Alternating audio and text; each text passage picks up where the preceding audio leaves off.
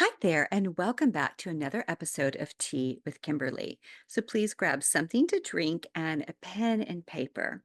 Because what I want to share today are some ideas for you to take the stage in your own life. So you may know that I recently took the stage and performed La Vie en Rose, which is one of my favorite songs by Edith Piaf, to the sound of a record. Right. So a record with her singing, just absolutely stunning. And I know that not everybody wants to take the stage literally, right? But I wanted to give you some ideas on how to actually show up and do the thing in midlife, where I know it can be hard. It can be challenging, right? You see younger people doing it. Your body isn't quite the same. Your mind may not be quite the same, like brain fog. Oh my gosh, right?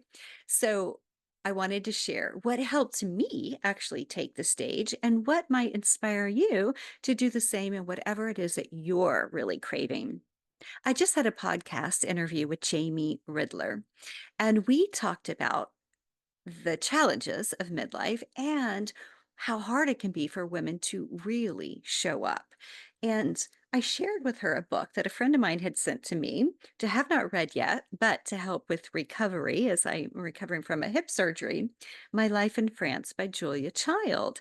And my friend sent this to me saying she did so much in midlife, right? So many things that she did and really launched when she was older.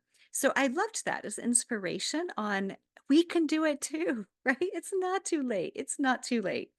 So I have a few notes here of things that I wanted to share. And the big one, of course, is start small. So some of you may know I returned to ballet in 2018, and then I really became diligent with an almost daily practice during the pandemic. I mean, what else were we going to do, right? So I was like, I'm going to do a lot of ballet, and many things had transferred to virtual. And I've really stuck with that. The majority of classes I take are still virtual. But what's great about it is it allowed me to do even more of it. So for you thinking about starting small, what might that be? Because for some people, they're intimidated to show up in a class.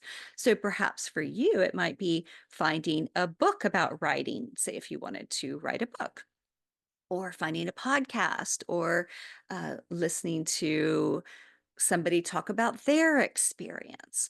So, just these little kind of seeds that you can start to plant that would help inspire you to learn more about the particular dream that you have in midlife. The other thing I have here, and this ties into it, is planting those seeds. So, for example, I remember watching a documentary that a friend had recommended, who is a friend who really supports my ballet journey, and I appreciate it so much. Someone who's like, appreciates like watching the practice videos and giving feedback. Like, I wish you could hold that arabesque a little longer, just little things like that. But she gets it, right? Because she has danced her whole life and done a lot of yoga. So she's very like embodied. But she had told me about a documentary with Wendy Whalen, who was a ballet dancer who retired like in her 40s, just like stunning, stunning dancer. So I remember watching that and being very inspired. And this was during the pandemic. And so for you, what are some ways to plant those seeds of inspiration? And again, it does not have to be ballet. It could be anything. It could be skating, ice skating. Elizabeth Gilbert talks about that in Big Magic. But it could also be, um, as I said, writing a book, starting a podcast, designing a dress, traveling solo, whatever. So just thinking about what are some ways that you can plant those seeds and get more information and inspiration. And read books like, can't wait to read this, but about people who have done it.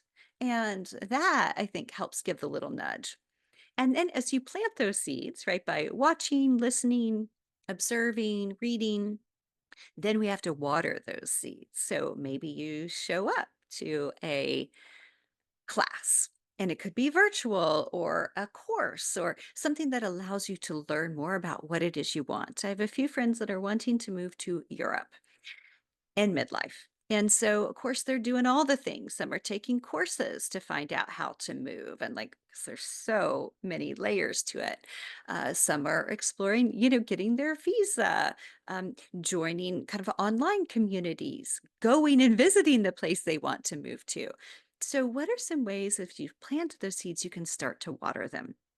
Now, I want to give you some ideas on what I did to prepare for this particular solo. So, this is my third year performing at International Adult Ballet Festival, which is so much fun, and I recommend everyone come.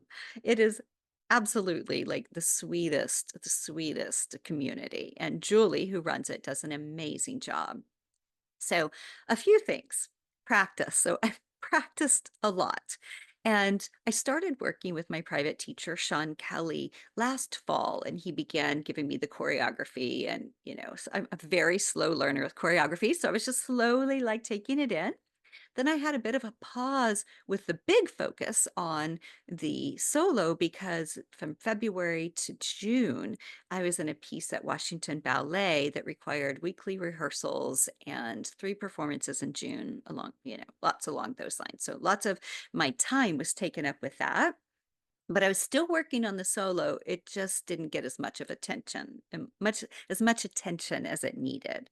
So after mid-June, when I was done with the Washington Ballet, I really dove into this. And it was also one of those things that's a little challenging when you're really preparing for something because you're like, any free time, you're like, I should be practicing, right? So to have that behind me, and I now have so many projects I want to work on and create for you, it's also quite liberating, right? But it was wonderful to have that goal of August 8th of performing. Another thing is visualization. So I would visualize myself going through particular parts of the solo that were quite challenging. And I would also visualize each piece. I struggled with that the first year, and this was encouraged and I used to do this whenever I was in high school and on the dance team. And, you would just run through the choreography in your head. You would visualize yourself doing it. I would visualize myself doing that. One may visualize themselves doing it. And I hadn't been able to really do it the past couple of years quite as much because it was like, did I start on the left or right foot? I just like things I couldn't remember. But this year I was really able to hone that in. And then as was falling asleep or if I had a little break during the day, I would just walk through it in my head. Very helpful. So visualizing and also visualizing yourself ending something or completing something and with like doing it in a way that you're really proud, so helpful. The next thing is getting coaching. So I worked again weekly with my teacher, Sean Kelly, who did the choreography. He staged the piece and he coached me through the piece. And that was so helpful, right? I mean, I need a lot, a lot of encouragement. And he is very gentle and very, very nurturing. And that is something I need. Now, for you, you may be a little different. And I kind of like to think of this as like some people love Bikram or really hot yoga, which, you know, tends to be a bit more militant may not be the best word, but it's just like it's not like coaxing, at least how some people have been trained to teach it versus say a yin class, which is very nurturing and try the way that works best for your body or a very gentle vinyasa, things along those lines, right? So recognizing what kind of teacher you like. And some people, someone who is a bit more direct, it works very well for. For me, I need direct with kindness and compassion and again coaxing. I picture like petting, you know. So that was really important for me throughout the entire process. Affirmations. So there was an article that came out on CNN that was like how to adopt the Olympic mindset. Of course, this was during the Olympics. And I really liked it because one of the things that it said is to keep in mind, like, I've trained for this. As you get up to get on the balance beam or to ice skate or to perform on stage or give a speech at work, right? I've trained for this. I know what I'm doing. I'm a thought leader in my field, whatever it is that might resonate with you. But reminding yourself of that. And I just remember I'm in the wing, about to take the stage, and I'm like, I've trained for this, right? So whatever happens, happens. And I've trained. And so that can be a really helpful piece too. So finding what affirmation works for you. And then the last thing here that I have that I wanted to mention is you think of taking the stage of your own life is to schedule things into your life that allow you to do this. So for me, especially as it was getting closer to performance time, so mid June through early August, when I really had to like focus and really drill down because I was done with the other ballet piece that was taking my attention.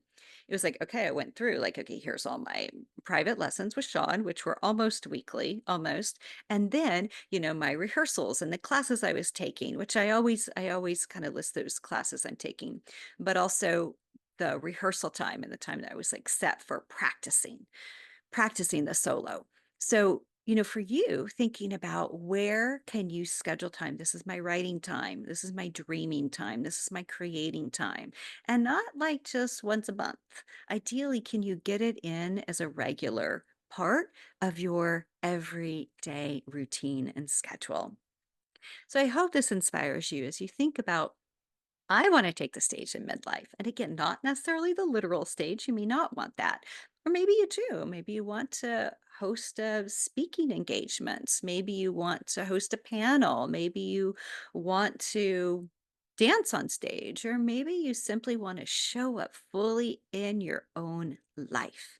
And what does that look like? And how can these pieces start small, plant seeds, water them, practice, visualization, running through things in your mind, and really asking yourself, what is it I truly want at this stage in life? Getting coaching is needed, affirmations, and then scheduling it into your planner. All right, thank you so much for tuning in, and I hope this inspires you to plant those seeds, water them, and take the stage in your own life.